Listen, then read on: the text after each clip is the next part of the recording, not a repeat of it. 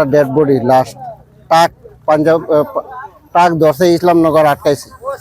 ধরা পড়ছে ট্রাকে খুন্দিয়ে গেছে হ্যাঁ ট্রাকে খুন্দিয়ে গেছে মানুষজনের কিবা চিনাকি পাওয়া নাই কন্টাক্ট পাওয়া যায় না মানুষজন এটা বাইকটো আছে মানুহটো স্পট ডেড হুদিয়াৰ পৰা এইফালে ব্ৰহ্মপুত্ৰৰ ফালে গৈ আছে